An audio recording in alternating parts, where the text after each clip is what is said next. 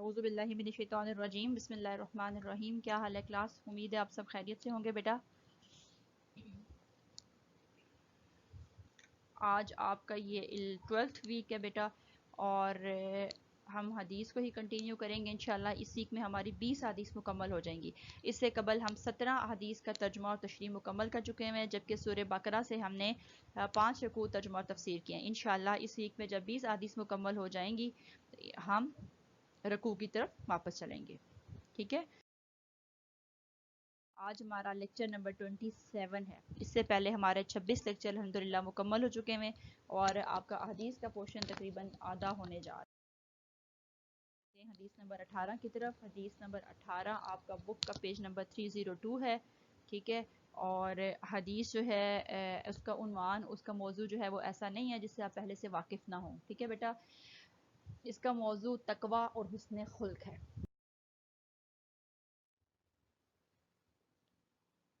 آپ کے سامنے حدیث کا متن آ گیا. بسم اللہ الرحمن الرحیم. ابو ذر غفاری رضی اللہ عنہ سے روایت ہے، قال رسول اللہ، قال انہوں نے کہا، قال رسول اللہ صلی اللہ علیہ وآلہ وسلم، کہ رسول اللہ صلی اللہ علیہ وآلہ وسلم نے فرمایا، اتق اللہ، اللہ سے ڈر، حیثما، جہاں بھی، کنتا، تو ہے، اللہ سے ڈرو جہاں بھی تم ہو، واتبع، اور پیروی کرو، پیچھے لے کر آؤ، کرو سیئات، برائی کے الحسنہ، نیکی، اور برائی کے بعد نیکی کرو، اور برائی کے بعد اچھائی لے کر آؤ، تمحوہا، وہ اس کو مٹا ڈالے گی. یعنی جو برائی کے بعد اچھائی کی جائے گی وہ اس برائی کو مٹا ڈالے گی.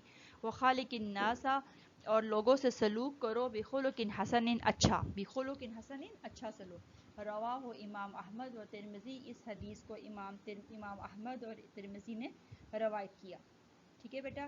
چھوٹی سی حدیث ہے، آسان سی حدیث ہے، لیکن بنیادی طور پہ اس کے اندر آپ کو 2-3 نکات نظر آئیں گے. ٹھیک ہے.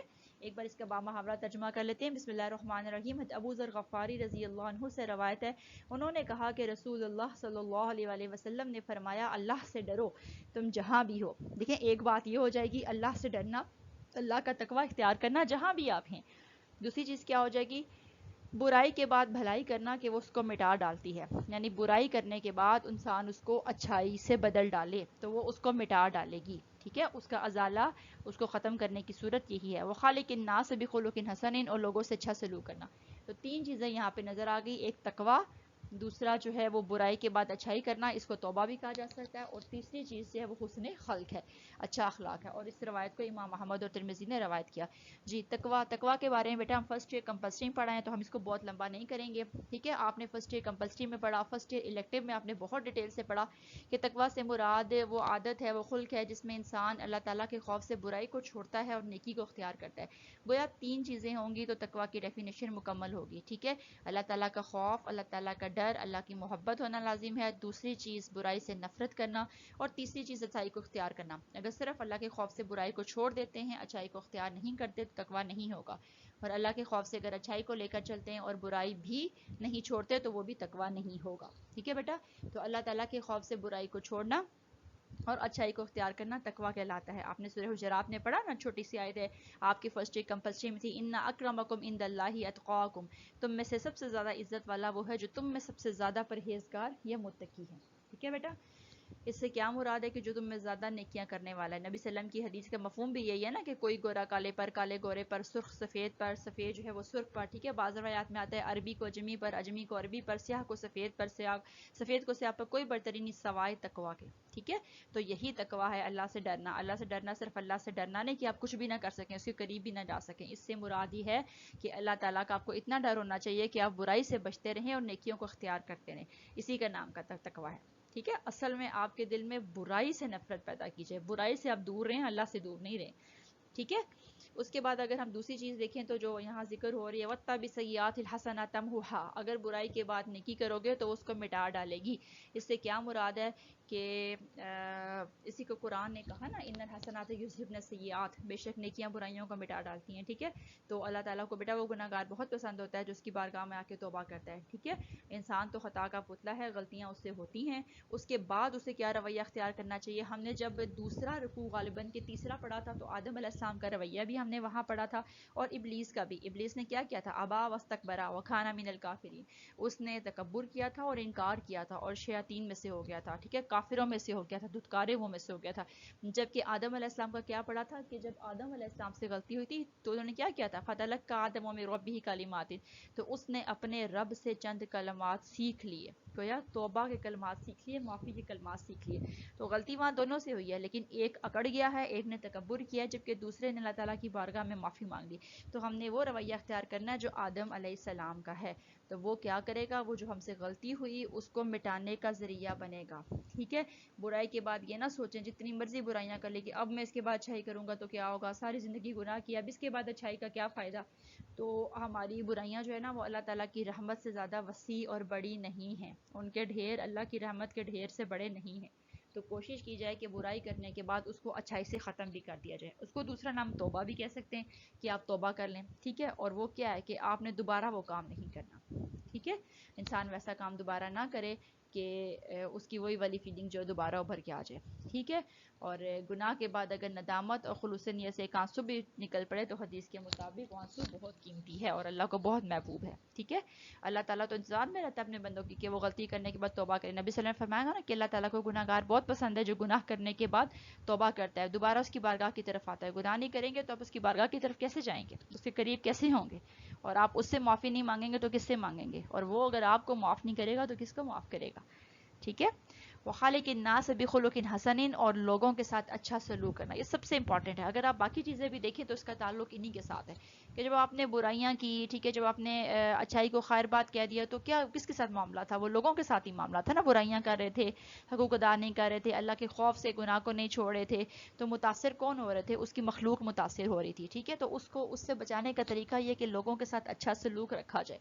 اور اس کے اوپر ہمیں بے شمار آیات ملتی ہیں حسن اخلاق کے اوپر، ہم احادیث بھی پڑھ چکے ہیں.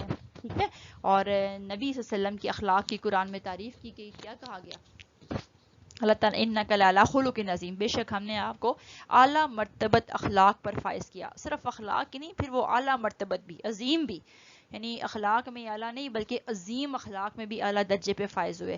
اس طرح خود آپ صلی اللہ علیہ وسلم نے اپنا تعارف کیسے کروایا تھا، انما بعثت لاتمم مکارم الاخلاق، بے شک مجھے اعلیٰ اخلاق کی تکمیل کے لیے بھیجا گیا ہے.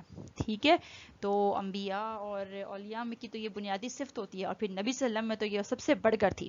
ٹھیک ہے، اور یہ پھر حسن خلق جو تھا وہ انسانوں کے ساتھ ہی نہیں، ساری مخلوق کے ساتھ تھا. ٹھیک، اور ایک جگہ آپ نے کیا فرمایا کہ سب سے زیادہ مکمل ایمان والے لوگ وہ ہیں جو اخلاق میں سب سے اچھے ہیں. پھر کیا فرمایا، تم میں سے بہترین وہ ہے جو اخلاق میں سب سے اچھا ہے. پھر کیا فرمایا، قیامت کے روز آدمی کے پلڑے میں ترازو میں اچھے اخلاق سے وزنی کوئی چیز نہیں ہوگی. ٹھیک ہے، اور پھر میں آپ کو بتا رہی ہوں کہ ان اخلاق کا تعلق انسانوں کے ساتھ بھی ہے. ٹھیک ہے، تو آپ کنکلین کریں آج کی حدیث کا تو وہ حسن اخلاق بنتا ہے، اچھے اخلاق، اچھی عادات، اور یہ سارے آپ فرسٹ ایئر کمپلسری میں سیکنڈ چیپٹر میں بہت ڈیٹیل سے پڑھ کر آئے میں بیٹا. ٹھیک ہے، ہم حدیث نبویہ صلی اللہ علیہ وسلم بے شمار احادیث ملتی ہیں. ابھی بھی جو سامنے آپ کی سلائیڈ آ رہی ہے وہ ابو دردہ رضی اللہ عنہ سے روایت ہے کہ نبی صلی اللہ علیہ وسلم نے فرمایا بروز قیامت مومن کے اعمال میں جو چیز میزان میں سب سے بھاری ہوگی وہ اس کے اچھے اخلاق ہوں گے، اور بلا شبہ اللہ تعالیٰ بد اخلاق شخص پر ناراض ہوگا.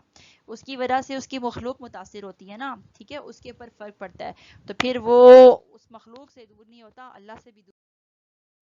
بیٹا یہ آپ کی حدیث مکمل ہو جاتی ہے. ٹھیک ہے، اور آپ کی حدیث کا کنکلوژن یہی ہے کہ آپ نے اچھے اخلاق کا مظاہرہ کرنا ہے. ٹھیک ہے، اللہ تعالیٰ سے خوف کھاتے ہوئے، اس کا ڈر رکھتے ہوئے. ڈر کس چیز کا، کہ وہ ہم سے ناراض نہ ہو جائے. ٹھیک ہے، اس چیز کا خوف رکھتے ہوئے آپ نے اچھائی کو اختیار کرنا ہے، برائی کو چھوڑنا ہے. اور برائی اگر کر لی ہے، غلطی سے کوئی گناہ، کوئی خطا سرزد ہو گئی ہے، تو اس کے بعد توبہ اور معافی کا دروازہ کھلا ہے. ٹھیک ہے، وہ کیا کہتا ہے اللہ تعالیٰ نے خود قرآن مجید میں کیا فرمایا، 24 پارے میں وہ آیت کس طرح کہ یا عبادی الذین اسرفوا علی انفسہم لا تقنطوا من رحمت اللہ ان اللہ یغفر الذنوب جمیعا. ٹھیک ہے، کہ اور دیکھیں وہ اس میں یہ نہیں کہہ رہا یا ایھا الذین آمنوا، ایمان والوں کو مخاطب نہیں کر رہا، وہ سب کو کہہ رہا ہے یا عبادی الذین، اے میرے وہ بندو، اے میرے وہ لوگوں جن لوگوں نے اپنی جانوں کے پر ظلم کیا. ٹھیک ہے، حد سے بڑھ کے گناہ کیے. ان اللہ یغفر الذنوب جميعا، میں تو سب کے سب گناہ معاف کرتا ہوں. ہمارے انسانوں میں نا ایک گروہ ایسا بھی ہے جو یہ تصور کرتا ہے میرے گناہ تو حد سے بڑھ گئے، میرے گناہ کے تو ٹاپ لگ گئے، آسمانوں تک پہنچ گئے ہیں، میرے اللہ میرے گناہ معاف نہیں کرے گا. یہ بدگمانی ہے، یہ اللہ تعالیٰ کے ساتھ نہ رکھی جائے. اس سے خوش گمان آپ کے اللہ جو ہے نا وہ انسان کے گمان کے ساتھ ہوتا ہے. تو اچھا گمان، اچھا خیال رکھا جائے کہ ہماری خطاؤں پہ وہ معافی عطا کرے گا. دیکھیں ہم معافی طلب نہیں کریں گے تو کون کرے گا، اور ہم اللہ سے نہیں کریں گے تو کس سے کریں گے، اور ہم معافی طلب نہیں کریں گے تو کیا کریں گے. وہ اسی لیے تو ہے، وہ کہتا ہے اگر تم زمین آسمان، دیکھیں زمین آسمان کے درمیان کتنا فاصلہ ہے، تم اتنے بھرے ہوئے بھی آ جاتے ہو گناہوں کے ساتھ لیکن اس میں شرک نہیں ہوتا تو تمہاری بخشش کر دی جائے گی، تو میں تمہیں بخش دوں گا. وہ تو اسی انتظار میں رہتا ہے، وہ تو اپنی رحمت کا دروازہ کھلے رکھتا ہے. آپ نے اس دروازے سے رخ نہیں موڑنا، اس کو نوک ضرور کرنا ہے، ادھر حاضری ضرور لگانی ہے. ٹھیک ہے، تو اس کا بہترین طریقہ یہ ہے کہ آپ نے اللہ تعالیٰ کے خوف سے، پہلی بات ہے تقویٰ، جب آپ اختیار کریں گے تو آپ برائی کریں گے نہیں. ٹھیک ہے، اور اگر آپ سے ہو ہی گئی ہے، ٹھیک ہے، انفارچونیٹلی ایسا ہو گیا تو پھر آپ نے معافی کا دروازہ جو ہے اس کو ضرور کھٹکانا ہے. ٹھیک ہے، اور اچھے اخلاق کا مظاہرہ کرنا ہے، یہ بھی آپ کو اللہ تعالیٰ سے اور اس کی مخلوق سے قریب کرتا ہے اور یہ اس کے لیے بہت ضروری ہے. ٹھیک ہے بیٹا، تو کنکلین جو ہے وہ حسن اخلاق کی تھا، اس کو پڑھ لیجئے گا. یہ آسان سی اور چھوٹی سی حدیث ہے، امید ہے کہ یہ آپ کو سمجھ آ گئی ہوگی. ٹھیک ہے، اور اس کے بعد انشاءاللہ ہم اس ویک میں جو ہے وہ حدیث کا سلسلہ کلوز کریں گے. ٹھیک ہے بیٹا، جزاک اللہ خیر. اللہ حافظ. السلام علیکم ورحمۃ اللہ وبرکاتہ.